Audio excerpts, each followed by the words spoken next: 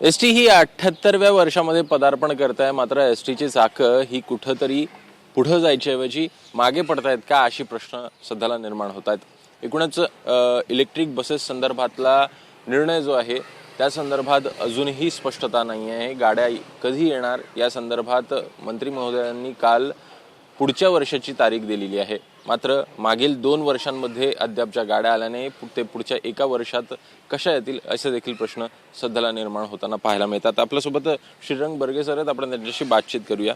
एकूण एसटीची चाकं कुठंतरी पदार्पणातच पुढे जाण्याच्या ऐवजी मागे पडतायत का, असे प्रश्न सध्याला निर्माण होतात, काय सांगाल?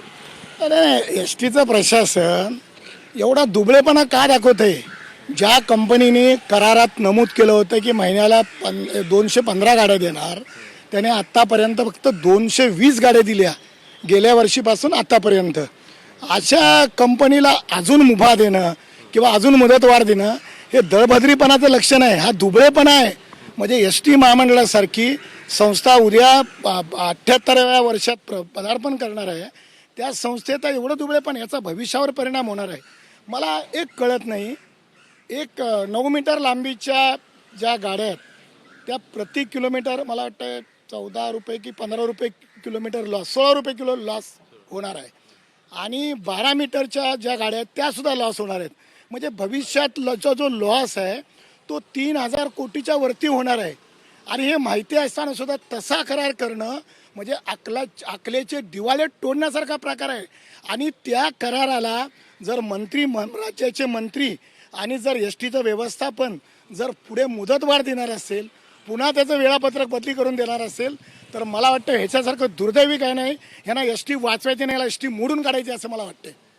यामध्ये प्रामुख्यानं पाहायचं तर नेमका करार काय होता, म्हणजे कशा प्रकारे हा संपूर्ण करार आखण्यात आलेला आहे? याच्यामध्ये एक म्हणजे या कंपनीने महिन्याला 215 गाड्या द्यायला पाहिजे होत्या, त्या दिल्याच नाही। आतापर्यंत साधारणतः 4000 गाड्या यायला पाहिजे होत्या। मध्यंतरी संजय शेट्टी तात्पुरता कार्यभार होता त्यांच्याकडे अध्यक्षपदाचा, त्यांनी त्याला रिशेड्युलिंग करून दिलं, त्याही गाड्या मला आल्याच नाही। त्याही गाड्या फक्त 220च गाड्या आतापर्यंत आलेल्या आहेत। आणि मग पुन्हा मी तुम्हाला सांगतो, त्या अगोदर भरत गोगावले काही दिवस अध्यक्ष होते, त्यांनी जाहीर केलं की या कंपनीचं कंत्राट रद्द करणार। मग पुन्हा एकदा प्रताप सरनाईकांनी जाहीर केलं की या कंपनीचं कंत्राट रद्द करणार। आणि पुन्हा सगळीकडून राळ उठली, आपण स्वतः सगळ्यांनी त्याच्या संदर्भातल्या बातम्या दिल्या, पुन्हा एकदा कंत्राट रद्द करणार असं काल परवा सांगितलं प्रताप सरनाईकांनी। आणि काल एवढं मीटिंगमध्ये काय घडलं असं मला काही कळत नाही।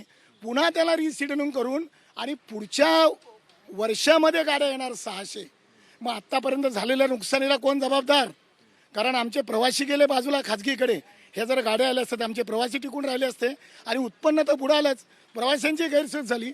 आणि अशा डिफॉल्टर कंपनीला विशेष म्हणजे हास्यास्पद आहे, त्यांचं बिल 100 कोटी झालं होतं, त्यातले 60 कोटी दिले आणि राहिलेले 40 कोटी द्या। मग नुकसान कोण भरून देणार? दंड का वसूल केला नाही? सरकारने व्हायबिलिटी गॅप का दिला नाही? व्हायबिलिटी गॅप फंडिंग द्यायचं होतं।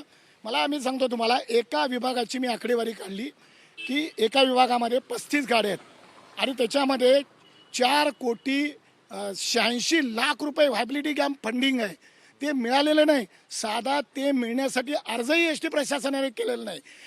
एवढं दुबळं प्रशासन आहे, या प्रशासनाकडून काही अपेक्षा करण्यात अर्थ नाही आहे। एस टी वाचवायचं असेल तर तुमच्यासारख्या सगळ्या मीडियातल्या मित्रांनी आता पुढं आलं पाहिजे, नाहीतर हे गोरगरिबांचं वाहन मोडून पडल्याशिवाय राहणार नाही असं मला वाटतं। दुसरीकडे पाहायचं तर 25,000 डिझेल गाड्यांसंदर्भातला देखील निर्णय जो आहे त्याची घोषणा आपल्याला होताना पाहायला मिळत आहे। मात्र हे सगळं होत असताना तोट्यात असलेल्या एक योजनातनं दुसऱ्या योजनेमध्ये पैसे टाकणं हे कितपत योग्य वाटतंय? एकूणच 5,000 जर का दरवर्षाला येत असेल गाड्या, तर याचा फायदा हा कितपत होईल? हे बघा, मी तुम्हाला सांगतो, ह्या गाड्या काय घ्याव्या लागल्या आहे ना, कारण ह्या कंपनीने फसवणूक केली, इलेक्ट्रिक बस कंपनीने, म्हणून तात्काळ गाड्या घ्याव्या लागल्या। त्यातल्या 2640 गाड्या आता लगेच येत आहेत। पण एस टीचा उलटा प्रवास चालला आहे। म्हणजे एस टीचं जसं वय वाढेल तसं या वर्धापन दिनामध्ये 78 वर्षात एस टी पदार्पण करणारा उलटा प्रवास केला आहे। एकीकडे पर्यावरणपूरक गाड्या आल्या पाहिजेत आपण म्हणतो, आणि दुसरीकडे डिझेल बस घेतोय, तात्पुरता पर्याय म्हणून डिझेल ठीक आहे। 5 वर्षाकरता 25,000 गाड्या डिझेलच्या आणणं एक तर एस टीला हे आर्थिकदृष्ट्या परवडणार नाही, आणि सरकारचं धोरण आहे ना भविष्यात डिझेलच्या गाड्या बंद करायचं। केंद्र सरकार नितीन गडकरी साहेब वारंवार जाहीर करतायत की यापुढे डिझेलच्या गाड्या बंद करायचा विचार आहे, पर्यावरणपूरक गाड्या आल्या पाहिजेत आणि म्हणून एस टीचा उलटा प्रवास चालला आहे. यापुढे CNG, LNG इलेक्ट्रिक बस आल्या पाहिजेत, त्या स्वमालकीच्या आल्या पाहिजेत. हे असे कंत्राटदारांचे भरती करणारे निर्णय नकोत, कंत्राटदारांना पोचणारे. जो कंत्राटदार फ्रॉड आहे, ज्यांनी सगळ्या संस्थांना फसवलंय, बघा आजूबाजूच्या इतर संस्थांना पण गाड्या कुणालाच त्यांनी दिलेल्या नाहीत, त्याला अजून मुदत वाढ देणं, मला वाटतं याच्यामध्ये हात गुंतलेले आहेत. ह्याच्यामध्ये 100% आर्थिक गुंतागुंत आहे आणि म्हणून एस टीचं व्यवस्थापन याच्यामध्ये दबावाखाली काम करते आणि हे एस टीसाठी पोषक नाही. याच्या विरोधात आम्ही लढाई करणार म्हणजे करणार, लक्षात घ्या, कारण यांना मुदत वाढ देणं हे आम्हाला अजिबात मान्य नाही.